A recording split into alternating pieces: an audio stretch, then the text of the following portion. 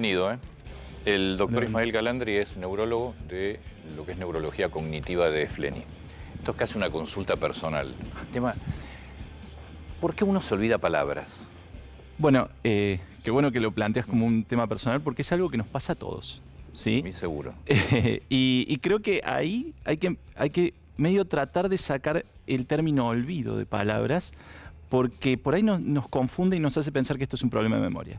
Esto es un problema del lenguaje, más que un problema del lenguaje, es cómo funciona el lenguaje. Y nosotros tenemos, o por lo menos los modelos que explican el lenguaje, dice que nosotros tenemos como una red donde están contenidos los significados, que se llama red semántica, y esa red está linkeada a la forma que tienen las palabras y a la forma en que el cerebro va a mover la lengua y la boca para producir las palabras. Entramos por esa red semántica. Cada vez que queremos decir algo, buscamos en esa red la palabra más apropiada y después buscamos la forma. Ese buscar la forma es un circuito cerebral que a veces es una autopista, es un circuito súper consolidado para palabras súper comunes y a veces es un camino tortuoso para esas palabras que usamos poco, porque los circuitos cerebrales sabemos que mientras más los usamos, por un proceso llamado potenciación a largo plazo, se vuelven más estables y más rápidos en conducir.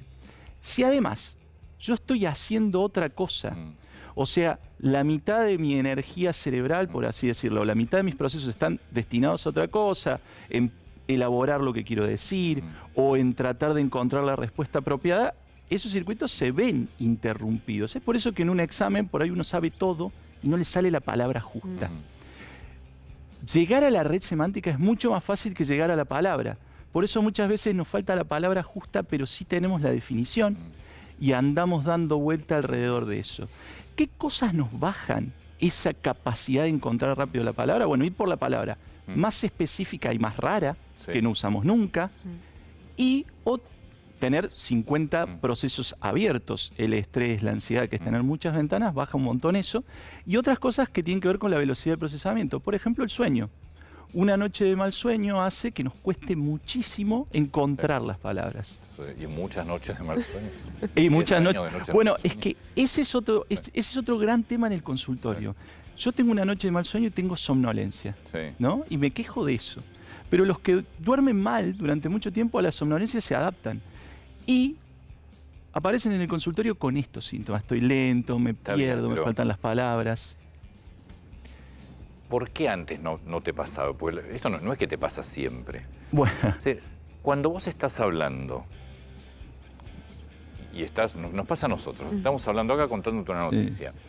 ¿Cómo es el funcionamiento del cerebro en cuanto a elección de palabras? ¿Qué tan adelante estás yendo de lo que querés decir?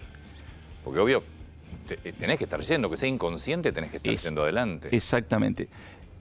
Yo creo que es imposible tener un modelo científico para poder darle un número, pero ese cuán adelante va a depender de cuán adelante estás en 3 o 4 cosas más, porque esta es una carrera en paralelo. Si lo que vas a decir es algo que decís todos los días, ¿no? Es casi automático, nosotros le llamamos lenguaje eyaculatorio, sale, ¿no?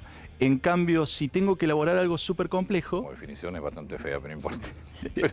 pero es, claro, es la que hay. Clarísimo, sí. En cambio, si tengo que elaborar algo complejo, estoy gastando mucha energía en elaborar lo complejo y se la voy a restar al lenguaje, sin duda. Ismael, hablas de esa avenida que nos acerca o no a los conceptos y la verdad es que actualmente leemos mucho menos que antes y usamos más redes sociales, TikTok, Instagram. ¿Eso influye también? Bueno, acá yo voy a quebrar una lanza. Mi pensamiento personal es que si vamos a la Edad Media, había discursos en contra de los libros, porque decía que la gente se iba a olvidar de hablar porque leía en voz baja, y cuando salió la televisión nos íbamos a olvidar de argumentar porque íbamos a ver la televisión, y ahora la internet. ¿Un mito de leer no ayuda? No. Entrenar el lenguaje potencia los circuitos. Ahora, pensar que la forma en que yo lo hacía o la forma que lo hacían mis padres es la mejor, me parece que es un enfoque medio naif. Entrenamos el lenguaje todo el tiempo, leemos en Twitter, escribimos, chateamos. Yo no creo que la tecnología venga a dificultar esto. Sí a cambiar la dinámica, sí, pero los seres humanos estamos cambiando la dinámica de que descubrimos el fuego. Pero, por ejemplo, nombres. Sí. Los nombres, no tenés por qué acordártelos, no lo usás siempre. Si estás dando, no sé, nombres en alguna noticia que no son nombres de todos los días. ¿Por qué cuesta retenerlos? Bueno, y no cuesta retener otras cosas. Varios aspectos. Primero, el nombre generalmente es algo arbitrario, no tiene ninguna lógica, ¿no? Yo por ahí no me acuerdo el nombre de una ciencia, pero va a terminar en logía, entonces es más fácil, es completamente arbitrario. Armamos redes semánticas de los nombres, por eso capaz que Jim Hackman, Anthony Hopkins, estén todos más o menos por ahí, pero nos cuesta encontrar el nombre preciso y no los usamos todos los días. Mientras menos lo usamos, más difícil va a ser la palabra. ¿Y qué ejercicios podemos hacer para intentar evitar el olvido de palabras? Ejercitar el lenguaje, ¿no? Leer, hablar, escuchar, todo el entrenamiento del lenguaje. La educación es una relación directa con la capacidad de nuestro lenguaje, ¿no? De hecho, mientras más palabras tenemos, mientras más nos educamos. Entonces creo que el ejercicio es educarnos todo lo que podamos, formal o informalmente. Sí, hablando de educación, algo que está ahora muy en los medios, por algo que dijo Javier Milei, tabula rasa, ¿no? Que muchos lo traducen tabla rasa y no es tabla rasa en realidad. Esa tabula rasa básicamente es pizarra limpia o pizarra blanca. Esa teoría que dice y que se contrapone, te pregunto por lo que acabas de decir, que uno nace con conocimientos ya preseteados contra la tabula rasa, que vos nacés completamente limpio. ¿Qué hay de cierto? Bueno, esa es una eterna discusión en el campo del neurodesarrollo. Pensar que los seres humanos no tenemos algunas cosas que vienen inherentes o instintivas o preseteadas, yo creo que es sacarnos completamente del mundo animal, que no es una verdad. Hay cosas que sabemos, los circuitos para caminar y todo, están ahí. Hay que aprenderlos, pero están ahí. Pero después agregamos un montón de cosas. Entonces, ni nacemos como un pizarrón al que hay que escribir todo, ni tenemos todos los... tan preseteados. Ni nadie viene con nace con una religión genética. La aprendemos. ¿Sí? ¿Es mito o realidad que estos ejercicios como Sudoku, o por ejemplo dicen que las personas que hablan más de 3 idiomas evitan tener este tipo de problemas a largo plazo? Bueno, separemos. El Sudoku es un ejercicio matemático, es un entrenamiento cognitivo y debería reforzar estos circuitos. El bilingüismo es todo un área de la ciencia porque es muy interesante el bilingüismo. ¿Por qué? Porque, por un lado, estabiliza muchísimos circuitos porque vos tenés 3 o 4 definiciones para la misma palabra y tenés que producirlas, pero extrañamente estos fenómenos se llaman anomias, la falta de encontrar la palabra precisa, son un poco más frecuentes en los bilingües. ¿Por qué? Porque el bilingüe tiene una tarea extra. Claro. Inhibir el otro idioma. Tiene que pensar en uno u otro idioma. Exacto. Pasa Tiene que buscarla. Que las personas que hablan mucho inglés te dicen la palabra en inglés. Exacto, exacto. A veces es esnovismo, nada más. Pero tenés que ir a buscar la palabra y decidir además si es en el lenguaje correcto. Entonces eso la enlentece un poquito más. Pero tiene su lógica que pase. Por supuesto, tiene sí, su lógica, porque tenés que estar chipeándote todo el tiempo distinto. Sí, sí. No es malo. De hecho, esos pacientes tienen menos riesgo de deterioro cognitivo. Al comienzo, que el cerebro tiene que ir a buscar en una suerte de bolsa donde están todas las palabras. Sí. ¿Eso quiere decir que si vos tenés menos palabras en esa bolsa, nunca te olvidas de nada porque es mucho más fácil que lleguen? Tenés un lenguaje, obviamente, limitado, pero nunca te vas a olvidar de algo. No. A ver, por eso yo trataba de diferenciar, olvidar. Olvidar la memoria es grabar situaciones, grabar cosas. Encontrar la palabra justa... Es olvidarte. No, porque eso está, porque de hecho vos no la olvidaste a la palabra. Estoy hablando. Sí. Y no me acuerdo de algo, yo me estoy olvidando, por más que la conozca la palabra. Pero está ahí, no la olvidaste. Un malabarismo para va a aparecer, sinónimo. Va a aparecer la palabra. Sí. Su definición. Bueno, ¿qué es una palabra? Bánquenme que aparezca la palabra. ¿Qué es una palabra? ¿Es la palabra o es su definición? Porque su definición la tenés. Eso, pero vos tenés que hacer en ese momento, muy rápidamente, empezar a buscar un sinónimo o darle la vuelta para contar. Y lo que va a pasar, claro, pero bueno, ahí entra mucho en juego la personalidad de uno. Hay gente que no encuentra la palabra justa y sigue adelante, no pasa nada, yo lo entiendo. Y hay gente que se obsesiona con la palabra y se paró el discurso. Se paró, sí.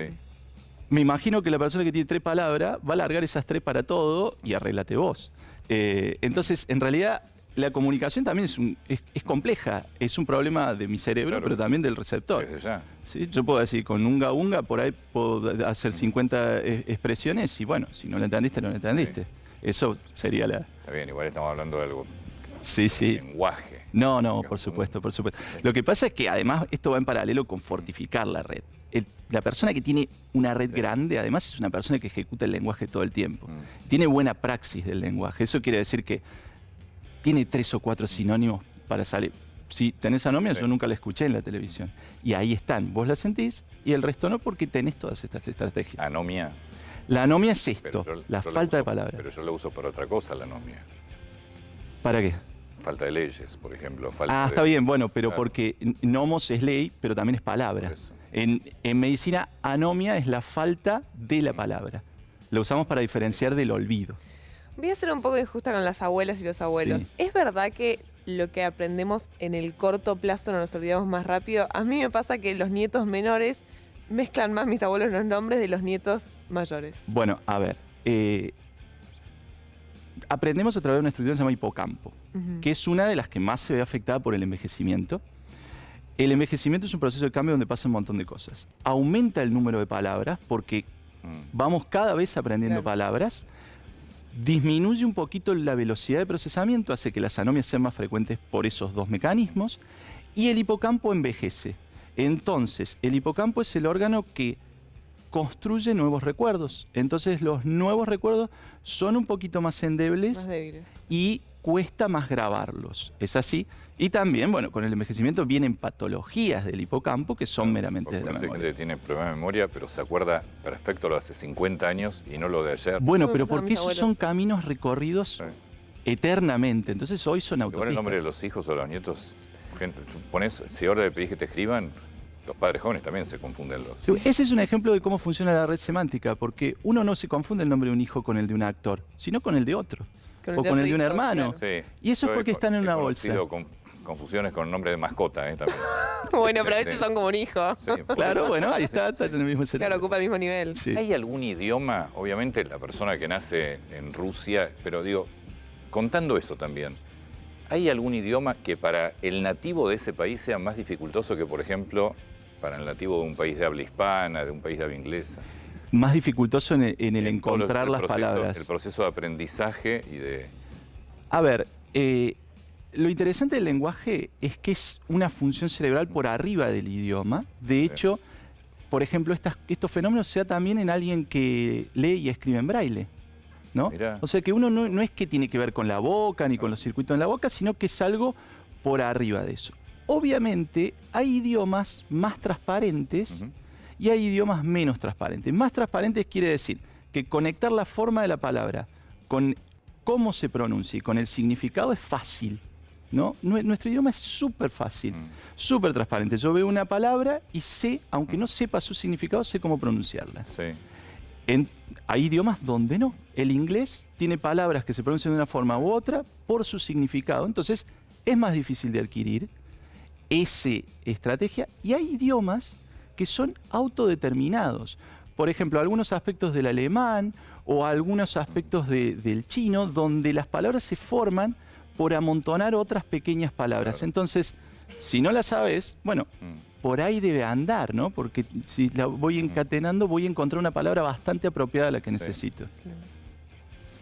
Es impresionante el cerebro.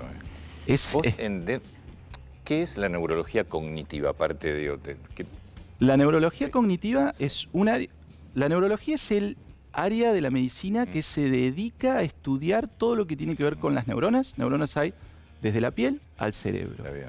La neurología cognitiva se encarga de los procesos que llamamos de alto orden dentro del cerebro, la memoria, el lenguaje, las funciones ejecutivas, tanto para explicar cómo funcionan, como sus enfermedades, como pueden ser las demencias o las afasias o los trastornos del lenguaje post-stroke. Eso sería más o menos lo que hacemos. ¿Qué cosas podemos hacer en nuestra vida cotidiana para cuidar nuestras neuronas? Cuidar nuestra salud general desde ya.